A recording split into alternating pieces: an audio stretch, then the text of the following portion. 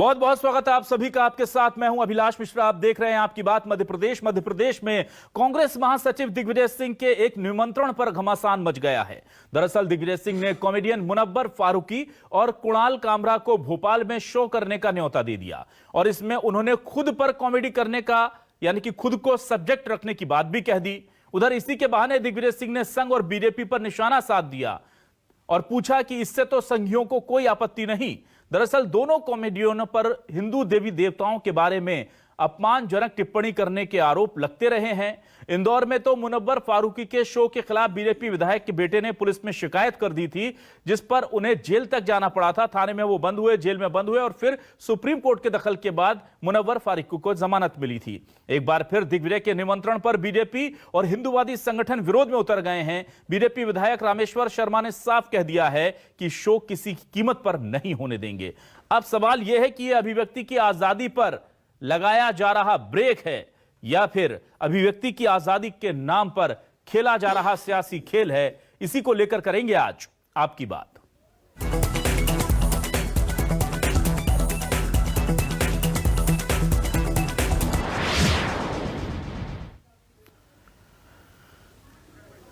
तो दिग्विजय सिंह का जैसे ही निमंत्रण आया उसके बाद बीजेपी ने क्या प्रतिक्रियाएं दी हैं, जरा आपको सुनवा देते हैं। बीजेपी की प्रतिक्रिया सुन लीजिए, फिर इस डिबेट को आगे बढ़ाते हैं। दिग्विजय सिंह तो हर समय इस देश के विरोधियों को, आतंकवादियों के लिए सिक्योरिटी एजेंसी के रूप में काम करते ही रहे हैं, चाहे अपने वक्तव्य के मामले में हो या अपनी सोच के मामले में हो। जो इस देश में विघटन की बात करेगा उसे दिग्विजय सिंह जी संरक्षण देंगे। जो इस देश को तोड़ने की और इस देश की आबो हवा को बिगाड़ने की कोशिश करेगा उसे दिग्विजय सिंह जी गले लगाएंगे। आतंकवादी हो या देश को की एकता अखंडता पर कुठाराघात करने वाला कोई भी व्यक्ति हो, वो दिग्विजय सिंह जी के लिए हीरो होगा। और दिग्विजय सिंह, तुम जैसे लोग हिंदुस्तान में जो नए जिन्ना के रूप में अवतरित हो रहे हो, जो हिंदू मुसलमान के बीच में रोज खाई डालने का काम कर रहे हो, रोज आग लगाने का काम कर रहे हो। अरे मजाक तो तुम्हारा देश उड़ा ही चुका है और मजाक के पात्र तुम बन ही चुके हो। फिर भी दिग्विजय सिंह जी, मेरी आपसे हाथ जोड़कर प्रार्थना है कि सुधर जाओ, संभल जाओ। राम का अपमान करोगे तो ये देश तुम्हें पसंद नहीं करेगा। और मुनव्वर फारूकी और कुणाल कामरा, कान खोलकर सुन लो, हिंदुस्तान में देवी देवताओं का अपमान किया तो मध्य प्रदेश तो छोड़ किसी भी प्रदेश में तुम्हारा शो नहीं होगा। अब बीजेपी नेता इस पर क्या कह रहे हैं, जरा सुनिए। बीजेपी नेताओं के बाद आपने सुना, अब कांग्रेस के नेता क्या कह रहे हैं ये भी हम सुन लेते हैं। देखते हैं फिरोज सिद्दीकी ने इस पूरे मामले को कैसे जोड़ा है अभिव्यक्ति की आजादी से। किसी भी कला को, संगीत को, फिल्म इंडस्ट्री को रोकना, उनकी कला की अभिव्यक्ति की आज़ादी को रोकना, मैं समझता हूँ ये असंवैधानिक है। भारतीय जनता पार्टी को इससे बाज आना चाहिए। वो भोपाल में आए, मध्य प्रदेश में कहीं भी आए, जो भी लोग जो भी कला, संगीत, चित्रकार हैं उनको आप रोक नहीं सकते। भारतीय जनता पार्टी जो धमाल करती है, जो लोगों की भावनाओं को, लोगों की जो कला और अभिव्यक्ति को धर्म या भावनाओं के नाम पर रोकने का प्रयास करती है, अगर उनको ज्यादा है तो वो कंगना रनौत को रोक के बताए ना। और आइए हम सीधे अपने मेहमानों का रुख करें, उससे पहले सवाल दिखा देते हैं और फिर सीधे मेहमानों का रुख करेंगे। हमारे सवाल आज के बहुत जायज है क्योंकि ये सवाल बार बार मध्य प्रदेश की फिजाओं में उठते हैं। जो करते हैं हिंदू देवी देवताओं का अपमान, उन पर दिग्विजय सिंह क्यों है मेहरबान, यह सवाल बीजेपी उठा रही है। इंदौर में शो से मच चुका बवाल, फिर मुनव्वर कामरा को क्यों बुलाया भोपाल, यह सवाल भी बीजेपी उठा रही है। कांग्रेस पूछ रही है संविधान ने दी अभिव्यक्ति की आजादी, उस पर रोक किसने लगा दी। कांग्रेस का बड़ा सवाल है, क्या कामरा मुनव्वर बनेंगे एमपी के मेहमान। बीजेपी कांग्रेस में सियासी घमासान, यह सवाल हम पूछ रहे हैं कि मध्य प्रदेश में आखिर होने क्या जा रहा है। और इस सवाल का जवाब जानने के लिए खास मेहमानों का पैनल हमारे साथ जुड़ा है। आज बहुत विशेष मेहमान हमारे साथ जुड़े हुए हैं। हमारे साथ जुड़े हुए हैं गोविंद मालू जी, वरिष्ठ नेता हैं, बीजेपी के प्रवक्ता हैं। बहुत बहुत स्वागत है गोविंद मालू जी आपका न्यूज 24 मध्य प्रदेश छत्तीसगढ़ पर। गोविंद मालू जी ने हमें ज्वाइन किया है। हमारे साथ कांग्रेस से मृणाल पंत जी जुड़े हुए हैं, वरिष्ठ नेता हैं। बहुत बहुत स्वागत है मृणाल पंत जी, कांग्रेस से आप हमारे साथ जुड़े हैं, आज पक्ष रखेंगे अपना। चंद्रशेखर तिवारी जी संयोजक हैं संस्कृति बचाओ मंच के, हम उनका भी स्वागत करते हैं। चंद्रशेखर तिवारी जी आपका भी बहुत स्वागत है अपनी बात रखेंगे आप, हम उम्मीद करते हैं यहां पर अच्छे से। और हमारे साथ काजी अनस अली हैं, स्टेट प्रेसिडेंट हैं ऑल इंडिया उलेमा बोर्ड के। काजी साहब, आपका भी बहुत बहुत स्वागत, बहुत बहुत शुक्रिया आने के लिए। और प्रेम कुमार जी आज हमने खास तौर पर इन्वाइट किए हैं, वरिष्ठ पत्रकार हैं, राजनीतिक विश्लेषक हैं, चिंतक हैं, और समझते हैं कि समाज में इस तरह के प्रोपेगेंडा, इस तरह की सियासत समाज को कितना नुकसान पहुंचाती है, उस पर भी हम उनसे बात करेंगे। सबसे पहले मैं आता हूं चंद्रशेखर तिवारी जी, अभिव्यक्ति की आजादी का हवाला दिया जा रहा है, आप क्यों रोक रहे हैं सर? क्यों नहीं चाहती है लोग, बीजेपी हो या संस्कृति बचाओ मंच की कुणाल कामरा और दूसरे कलाकार आकर परफॉर्म करें?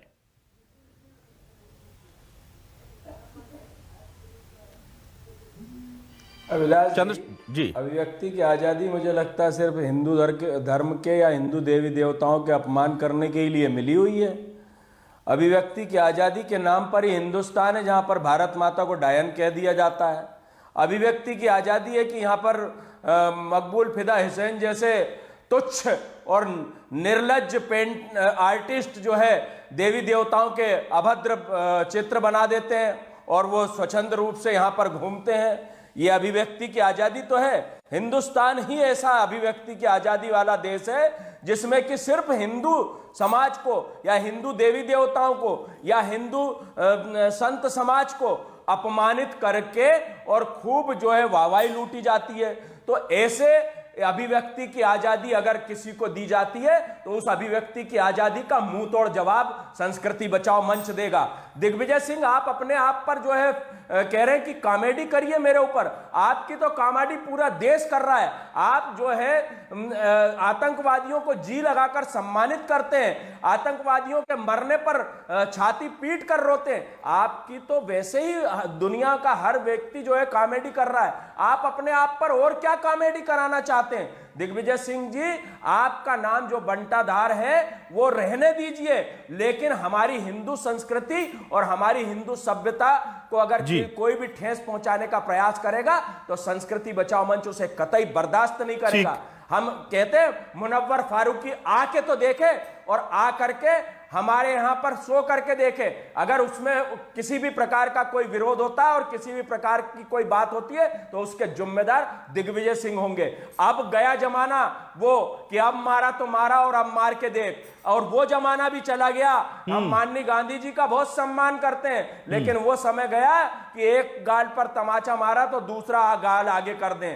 अब तो अगर एक गाल पर तमाचा मारोगे तो दूसरा हाथ जो है वो जय सिया राम कर दिया जाएगा। ठीक है चंद्रशेखर जी, हम कतई बर्दाश्त नहीं करेंगे हमारे देवी देवताओं के अपमान। ठीक है चंद्रशेखर जी, चैलेंज देता हूं मुनव्वर फारूकी और कालरा दोनों को, वो आकर यहां पर अपना शो ना करें तो ज्यादा अच्छा ही रहेगी। ठीक है, मैं आता हूं मृणाल पंत जी आपके पास। मृणाल जी, ठीक लगता है आपको इस तरह की भाषा, इस तरह की सीधी धमकी? क्योंकि बार बार कहा जाता है कि हिंदू देवी देवताओं का अपमान ही किया जाता है कला की आड़ में। क्या आपको लगता है कि बीजेपी जिस भाषा शैली का इस्तेमाल कर रही है, संस्कृति बचाओ मंच कर रही है, वो ठीक है? देखिए, किसी भी धर्म के देवी देवताओं का अपमान नहीं होना चाहिए। कांग्रेस पार्टी हमेशा से इस बात का समर्थन करती है और इस बात का भी समर्थन करती है कि हिंदुस्तान में सभी लोगों को अपने अपने धर्म के हिसाब से पूजा पद्धति की आजादी होनी चाहिए और उस आजादी का सभी लोगों को समर्थन करना चाहिए। हिंदू धर्म के देवी देवताओं का अगर कोई जानबूझकर अपमान करता है, उसके खिलाफ निश्चित तौर पर कड़ी कार्रवाई होनी ही चाहिए, इसमें किसी को कोई आपत्ति नहीं। अब दूसरी बात रही कॉमेडी की, तो मैं अपने भारतीय जनता पार्टी के साथियों से और ये जो रक्षा समिति है इनके साथियों से सवाल पूछना चाहता हूं कि आखिर कॉमेडी का इतना विरोध क्यों?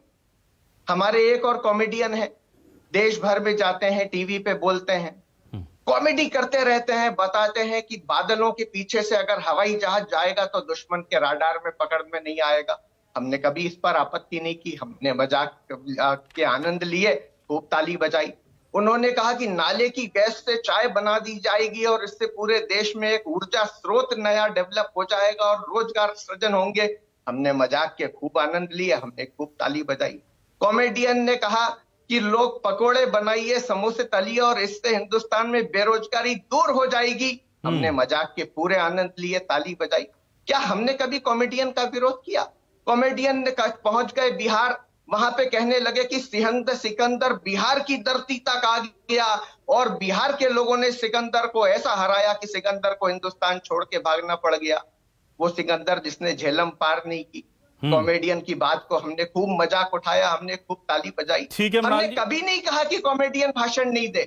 हमने कभी नहीं कहा कि कॉमेडियन की सभा नहीं हो। आप प्रधानमंत्री को कॉमेडियन कह रहे हैं मृणाल जी। उड़ाने के लिए मृणाल जी, आप ये सारे एग्जाम्पल जो दे रहे हैं वो प्रधानमंत्री जी की तरफ इशारा कर रहे हैं। आप अपनी बात पूरी कर लूं मैं जी। अगर दिग्विजय सिंह का मजाक उड़ाने के लिए कोई कॉमेडियन आ रहे हैं तो भारतीय जनता पार्टी को दिग्विजय सिंह जी की इतनी चिंता क्यों हो गई? क्या भारतीय जनता पार्टी ने मान लिया है कि दिग्विजय सिंह जी ही असली हिंदू हैं जो नवरात्रि पे हमेशा 9 दिन तक मंदिरों में जाते हैं, मंदिरों की पूजा करते हैं? क्या भारतीय जनता पार्टी ने स्वीकार कर लिया है कि दिग्विजय सिंह जी असली हिंदू हैं जिनके यहाँ पे हमेशा अखंड ज्योति जलती रहती है, इसलिए उनका मजाक नहीं उड़ाया जाए, इसलिए उनके पक्ष में खड़ी हो गई है? क्या भारतीय जनता पार्टी और ये संस्कृति बचाओ मंच ने मान लिया है कि एक सच्चे हिंदू दिग्विजय सिंह जी हैं और भारतीय जनता पार्टी के रहते उनका मजाक नहीं उड़ेगा, इसलिए क्या वो कॉमेडियन को नहीं आने देना चाहते हैं? इसमें आखिर क्या? ठीक है, मैं आता हूं काजी अनस अली जी के पास। काजी अनस अली जी, मैं आपसे जानना चाहता हूं, आप स्टेट प्रेसिडेंट है ऑल इंडिया उलेमा बोर्ड के। सर, क्या कहता है, आपको लगता है कि जो लोग इस तरह से देवी देवताओं को लेकर के अभद्र टिप्पणी के आरोपी हैं, उन्होंने किया नहीं किया ये कोर्ट डिसाइड करेगा वो इस चीज के दोषी हैं या नहीं, लेकिन अगर ऐसे लोगों जिन पर आरोप है उन्हें इस तरह से निमंत्रण देना, क्या आपको लगता है कि ये जायज है और ये ठीक है, इसमें कोई सियासत नहीं है, या आपको लगता है जानबूझकर के इस तरह के मुद्दों को उछाला जाता है?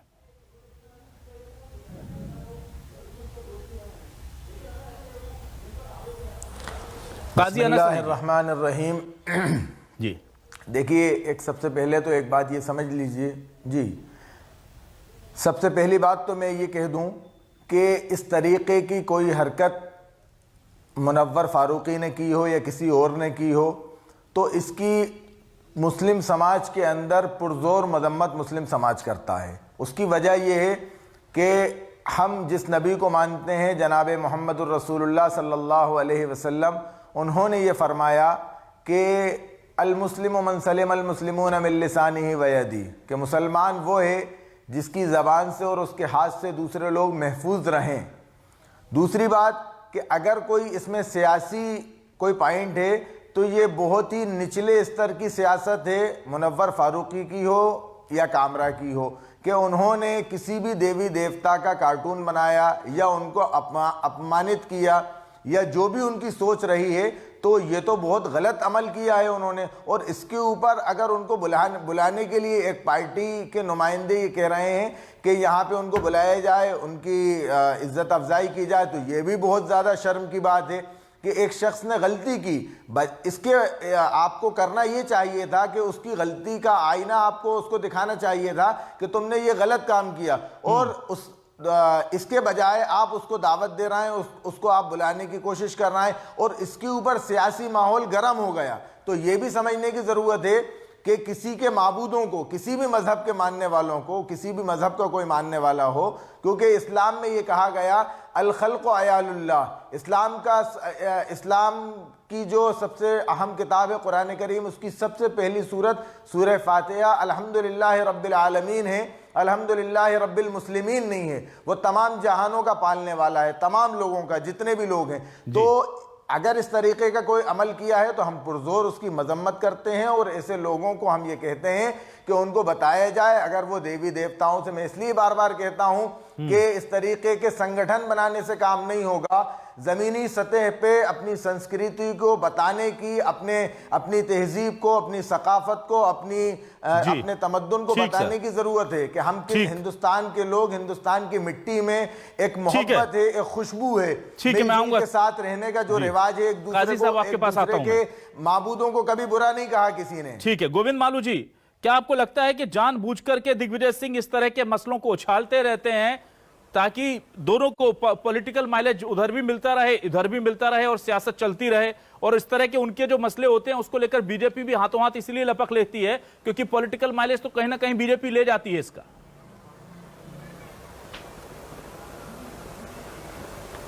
अभिलाष जी, राजनीति में मस्खरे की हमेशा उपस्थिति रही है, एक मस्खरे की अपरिहार्यता समझी गई है, चाहे कल्पनाथ राय रहे हों, चाहे देवकांत बरुआ रहे हों। सर दो बार के सीएम रह चुके हैं, आप उन्हें मस्खरे की संज्ञा दे रहे हैं? मस्खरे के रूप में जाना सर जाता है। गोविंद मालू जी 2 बार के सीएम आप ही के मध्य प्रदेश के, हमारे मध्य प्रदेश के वो रहे। तो मैं ये कह रहा हूँ जी, उन्होंने ये कहा मेरी अभिलाष जी, उन्होंने उसके पहले भी कई बार कुछ बातें कह चुके हैं। उन्होंने कहा मैं एक पंचिंग बैग हूँ, मुझे जो चाहे वो मारे, और मैं तो टूटा हुआ सितारा हूँ, मैं अस्त होता सूरज हूँ, ढलता हुआ सूरज।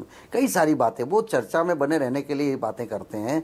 लेकिन उन्होंने जो अभी कहा, मैंने भी उस पर तंज कसा है और कामरा को कहा है कि आइए आप दिग्विजय सिंह का निमंत्रण स्वीकार करिए और उन पर आप व्यंग करिए, उन पर आप शो करिए, बहुत हिट जाएगा। क्योंकि दिग्विजय सिंह एक जोकर के रूप में, एक मस्खरे के रूप में भारतीय राजनीति में अब स्थापित हो चुके हैं, इससे कोई इनकार नहीं कर सकता। कांग्रेस के लोग भी इससे कभी भी ना इत्तेफाकी नहीं रख सकते। लेकिन कोई भी कलाकार हो, उसको यह हक नहीं है, चाहे वो किसी भी धर्म को मानने वाले हों, किसी धर्म के बारे में कोई भी अनर्गल टिप्पणी या भावनाओं को आहत करने वाली कोई भी कृत्य वो बर्दाश्त नहीं किया जा सकता इस भारत की भूमि पर।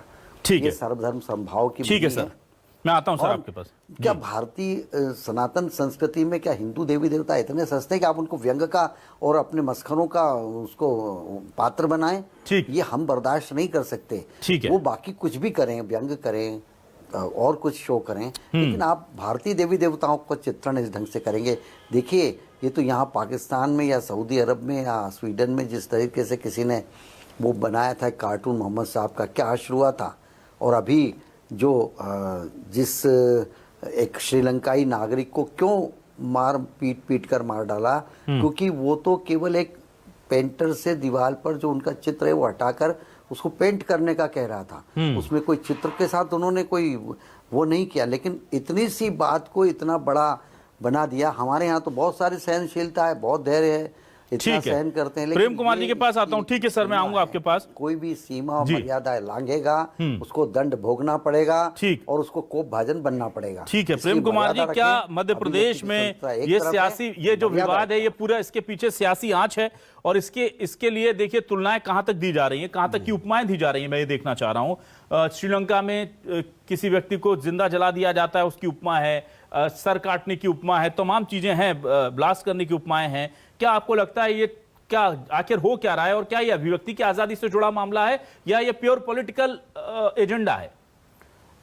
देखिए अभिलाष जी, अभी गोविंद जी जो भी उदाहरण दे रहे थे वो उदाहरण असहिष्णुता का दे रहे थे, और उनकी बातों से ऐसा लगता है वो सहमत भी नहीं है कि कोई किसी की गर्दन काट दे या उस तरह का एक्शन दे।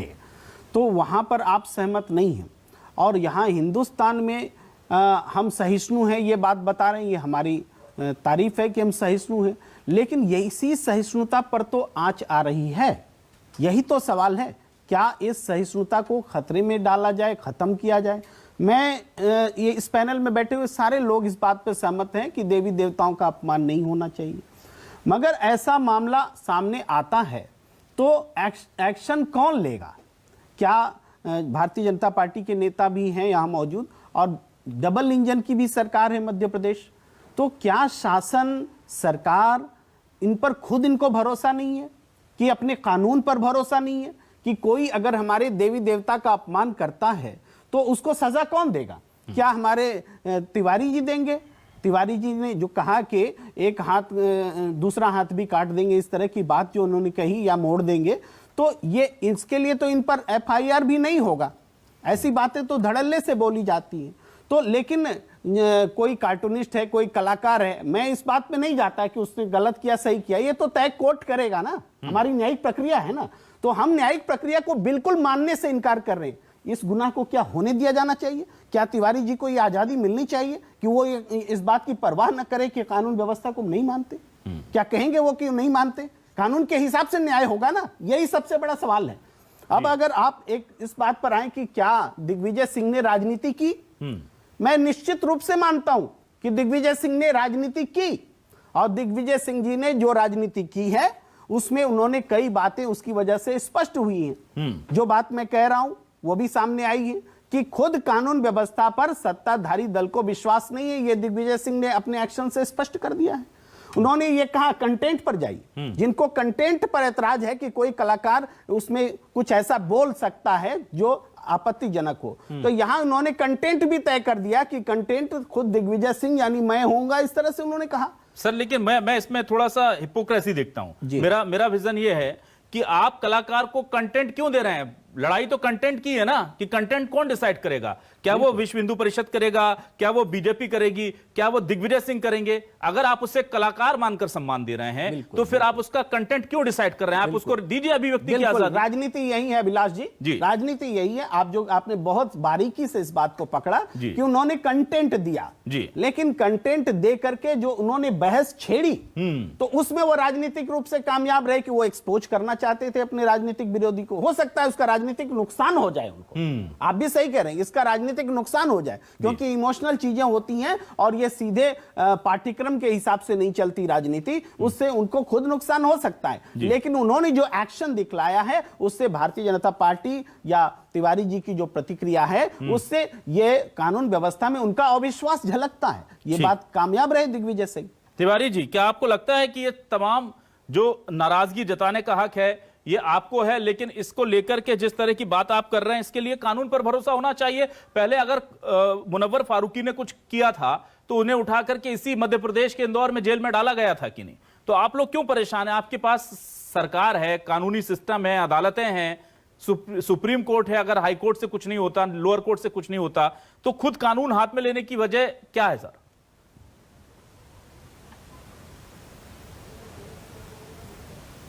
देखिए, कानून हाथ में लेने की तो कहीं बात ही नहीं हुई। मैंने उदाहरण दिया कि वो समय गया कि अगर एक गाल पे मारें और दूसरा गाल भी आगे कर दें, वो समय चला गया जी।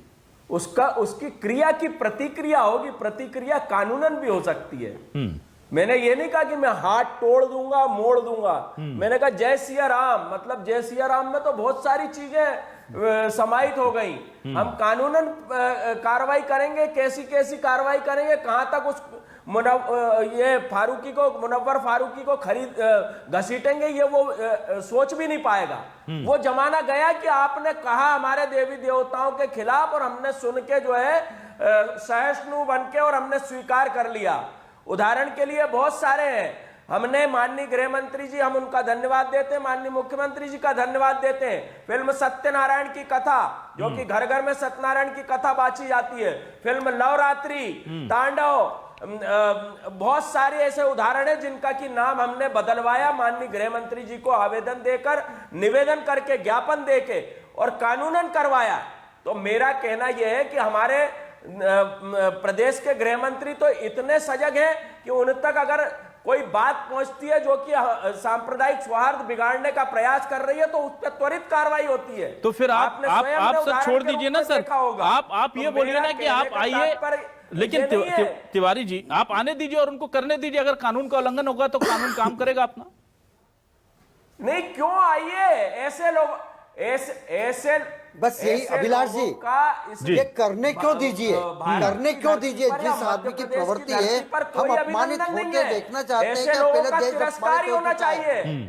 ऐसे लोग हमारे पहले देश अपमानित हो चुका है। ठीक है मृणाल जी आप बताइए, क्या बार हम अपने आप मृणाल जी, क्या इस तरह से जब भी दिग्विजय सिंह जी कुछ बोलते हैं ये पॉलिटिकल नहीं दिया जाएगा? मृणाल जी की आवाज थोड़ी बढ़ा दें। बात तो अलग है। मृणाल जी, मैं जानना चाहता हूं, दिग्विजय सिंह जब भी ऐसा कुछ बोलते हैं और बीजेपी उस पर हमलावर होती है तो ये आखिर फेवर में किसके जाता? हम तो ये तय ही नहीं कर पाते कि फेवर में जा किसके रहा, बीजेपी के को फायदा पहुंचा रहा है पॉलिटिकली या कांग्रेस को पहुंचा रहा है?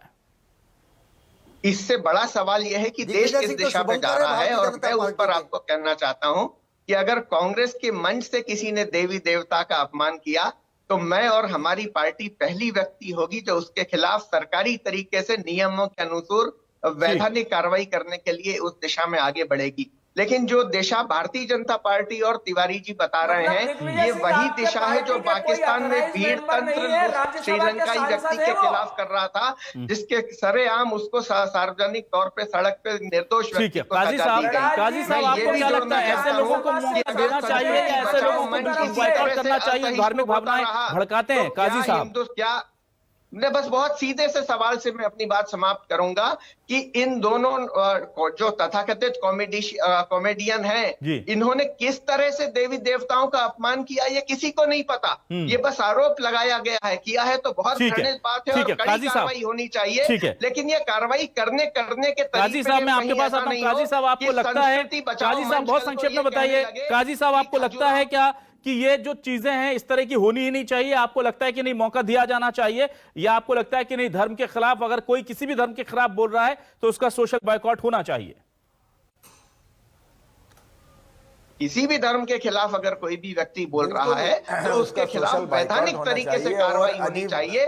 लेकिन मृणाल जी एक मिनट, मृणाल जी मेरा सवाल काजी अनस जी से है। जी काजी जी जल्दी से जवाब दें जी। मेरा ये कहना है यहाँ सिर्फ कि अभिव्यक्ति की आज़ादी की जो बात कर रहे हैं, ये आज़ादी नहीं है, ये बेहयाई है, ये बेहूदगी है, ये बदतमीजी है कि किसी के मजहब के देवी देवताओं को बुरा भला कहना। दूसरी बात कि ये जो मुनव्वर फारूकी हैं, इस तरीके के लोगों का अगर अब बाइकाट तो होना ही चाहिए, मगर इन लोगों को एक मर्तबा इनको ये मौका भी देना चाहिए कि ये अपनी गलती को सुधारें।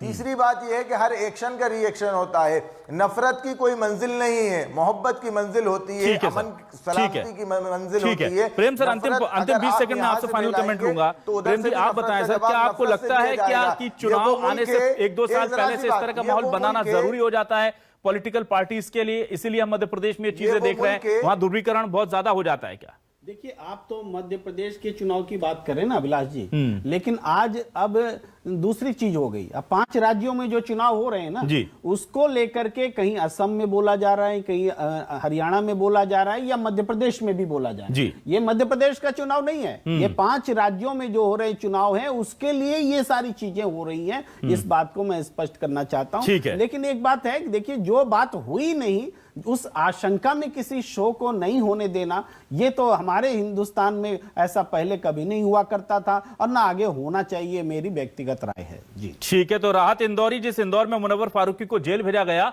वहां के मशहूर शायर थे और उन्होंने कहा था कि फिजाओं में जबरदस्त तनाव है, पता करो क्या कहीं चुनाव है।